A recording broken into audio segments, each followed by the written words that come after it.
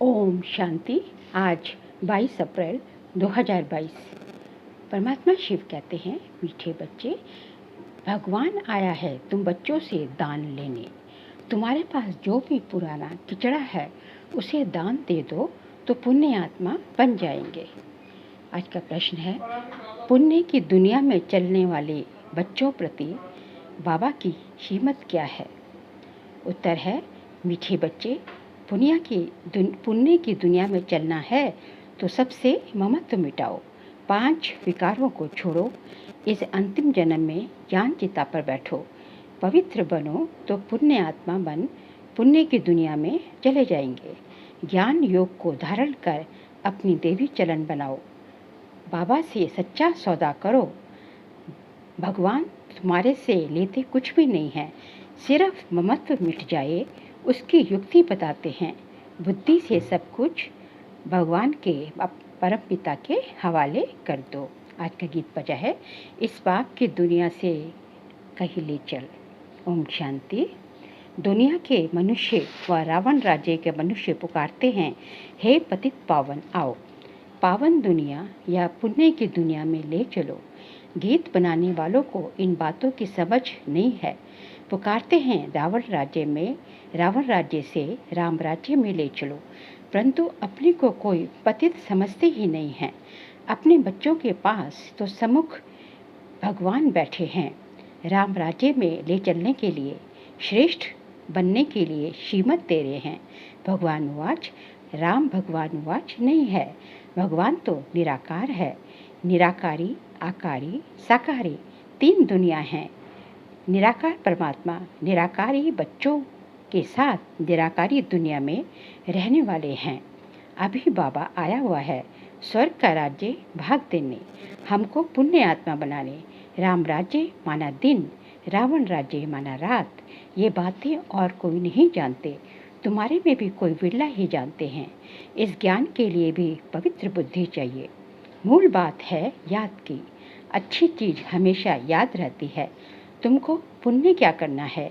तुम्हारे पास जो किचड़ा है, कच्चड़ पट्टी है, वह मेरे हवाले कर दो। भगवान कहते हैं, तुम्हारे पास जो भी कच्चड़ पट्टी है, जो भी किचड़ा है, वो सब मेरे हवाले कर दो, बुद्धि से मेरे हवाले कर दो। मनुष्य जब मरते हैं तो उसके बिस्तर, कपड़े आदि सब करनी घोर को देते हैं।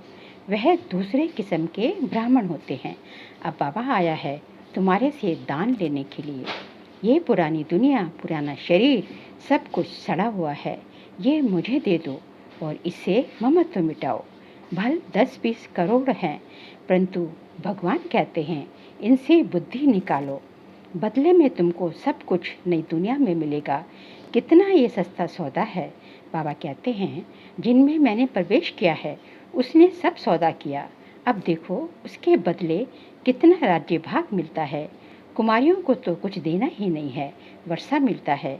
बच्चों को तो उनकी मिल्कियत का नशा रहता है। आजकल स्त्री को हाफ पार्टनर थोड़े ही बनाते हैं, सारा बच्चों को ही दे देते हैं। पुरुष मर जाता है तो स्त्री को कोई पूछता भी नहीं। यहाँ तो तुम भगवान से फुल वर्षा लेते हो। यहाँ तो कोई मेल फीमेल का सवाल ही नहीं, सब वर्षे के अधिकारी हैं। माताओं कन्याओं को तो और ही हक जास्ती मिलता है, क्योंकि कन्याओं का लौकिक पिता के वर्षे में ममत्व नहीं है। वास्तव में तुम सब कुमार कुमारियाँ हो गए।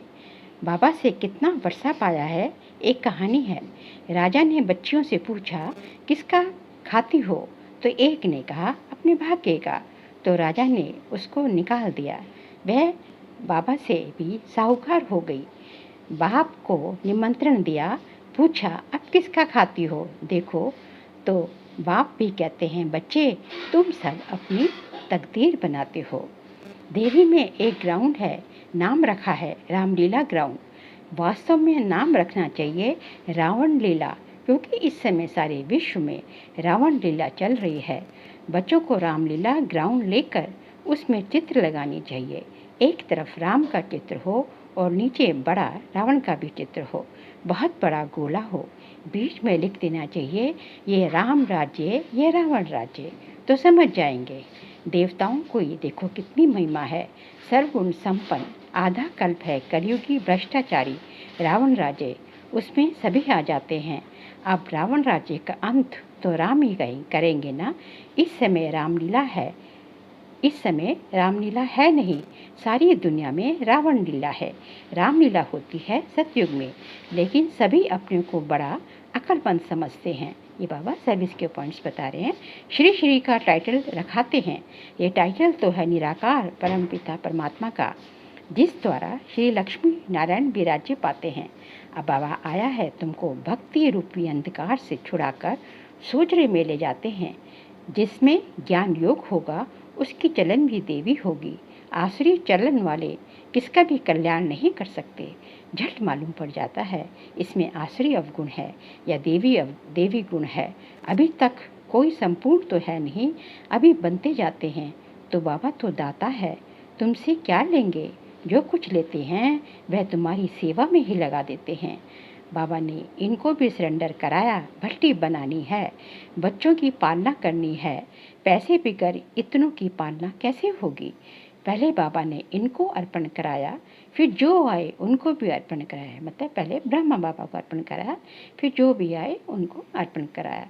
परंतु सभी की एक रस अवस्था तो बनी नहीं, बहुत चले भी गए। बिल्ली के पुंगरों की कहानी है। नंबरवार पुरुषार्थ अनुसार सब पककर निकलेंगे। बाबा तो पुण्य की दुनिया में ले चलते हैं। सिर्फ कहते हैं 5 विकारों को छोड़ो, हम तुमको प्रिंस प्रिंसेस बनाएंगे। ब्रह्मा का साक्षात्कार घर बैठे बहुतों को हो जाता है। वहाँ से लिखकर भेज देते हैं, बाबा हम आपके बन गए, हमारा सब कुछ आपका है। बाबा कुछ लेते नहीं। बाबा कहते हैं सब कुछ अपने पास रखो। यहाँ मकान बनाते हैं, कोई पूछते हैं पैसा कहाँ से लाया।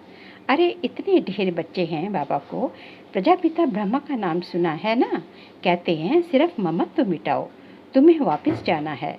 भगवान को याद करो। हमको भगवान पढ़ाते हैं तो खुशी का पारा चढ़ा रहना चाहिए।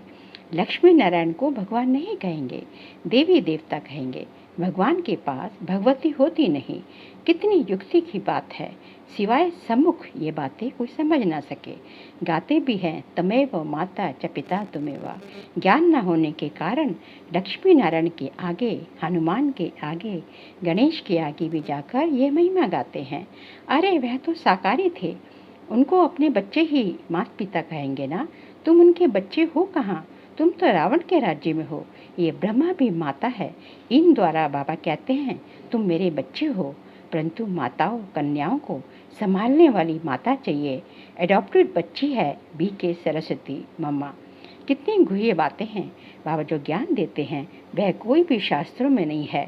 भारत का एक मुख्य शास्त्र है गीता, उसमें ज्ञान की पढ़ाई की बातें हैं, उसमें चरित्र की कोई बात नहीं। ज्ञान से मर्तबा मिलता है। भगवान जादूगर है, तुम गाते हो। रत्नागर जादूगर तुम्हारी झोली भरती है। स्वर्ग के लिए साक्षात्कार तो भक्ति मार्ग में भी करते हैं, परंतु उनसे कुछ लाभ नहीं। लिखेंगे पढ़ेंगे, साक्षात्कार से तुम कोई वह बन गए क्या। साक्षात्कार मैं कराता हूँ, पत्थर की मूर्ति थोड़ी ही साक्षात्कार कराएगी। मोदा भक्ति में भावना तो शुद्ध रखते हैं, उनका उजरा मैं देता हूँ, परंतु तमो प्रधान तो बनना ही है। मीरा ने साक्षात्कार किया, परंतु ज्ञान तो कुछ भी नहीं था। मनुष्य तो दिन प्रतिदिन तमो प्रधान होते जाएंगे। अभी तो सभी मनुष्य पतित हैं। गाते भी हैं हमें ऐसी जगह ले चलो जहाँ सुख चैन पाएं। तुम भारतवासियों को सतयुग में बहुत सुख था। सतयुग का नाम बाला है ना, स्वर्ग भारत में ही था, परंतु समझते नहीं हैं। ये भी जानते हैं भारत ही प्राचीन था, स्वर्ग था, वहाँ कोई और धर्म नहीं था। ये सब बातें भगवान ही समझाते हैं।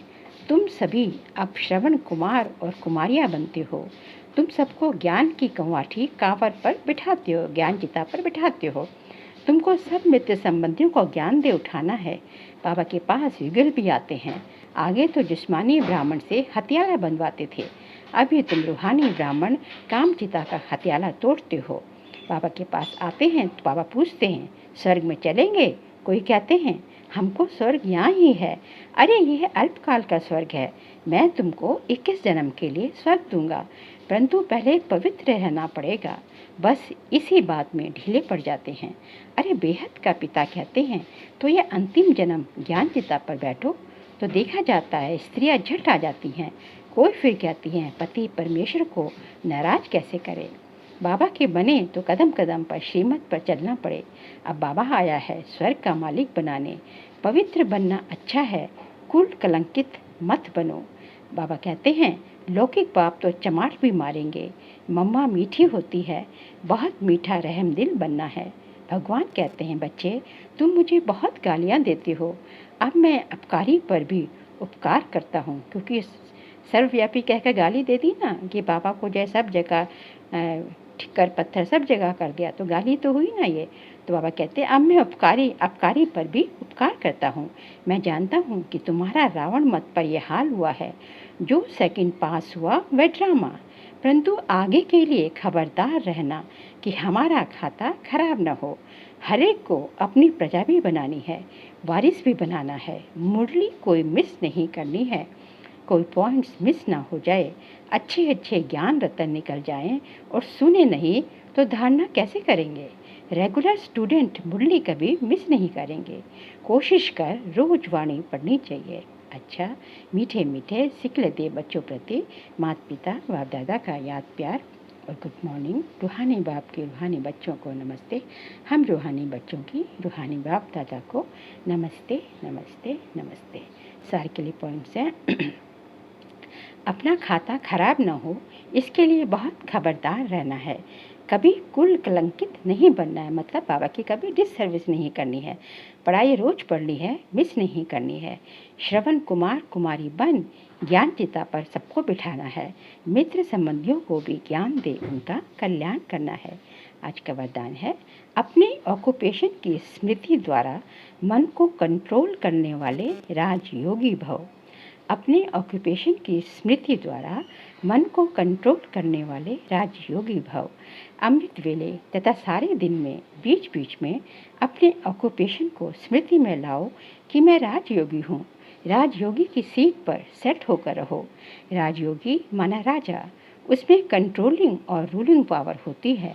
वह 1 सेकंड में मन को कंट्रोल कर सकता है।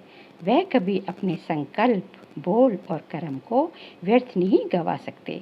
अगर चाहते हुए भी व्यर्थ चला जाता है तो उसे नॉलेजफुल व राजा नहीं कहेंगे। आज का स्लोगन है 100 पर राज्य करने वाले ही सच्चे स्वराज्य अधिकारी हैं।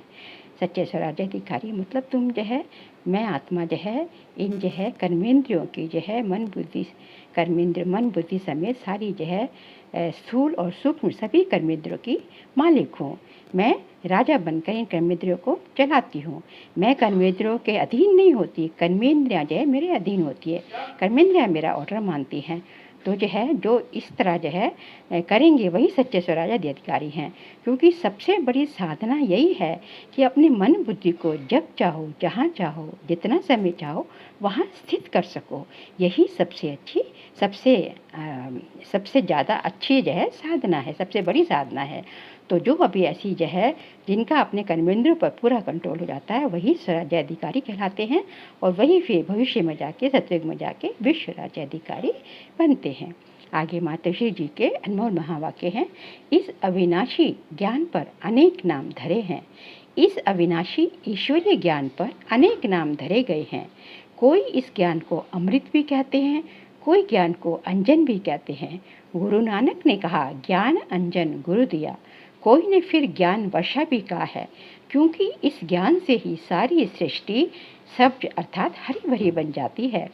जो भी तमो प्रधान मनुष्य है वो सतोगुणी मनुष्य बन जाते हैं। क्योंकि जैसी हमारी जो अवस्था होती है प्रकृति की भी अवस्था वही बन जाती है। हमारी सतोगुणी अवस्था होगी, सतो प्रधान अवस्था होगी, तो सतयुग में जो है प्रकृति भी सतो प्रधान बन जाती है। और कलयुग के अंत में हम तमो प्रधान बन जाते हैं तो प्रकृति भी तमो प्रधान बन जाती है।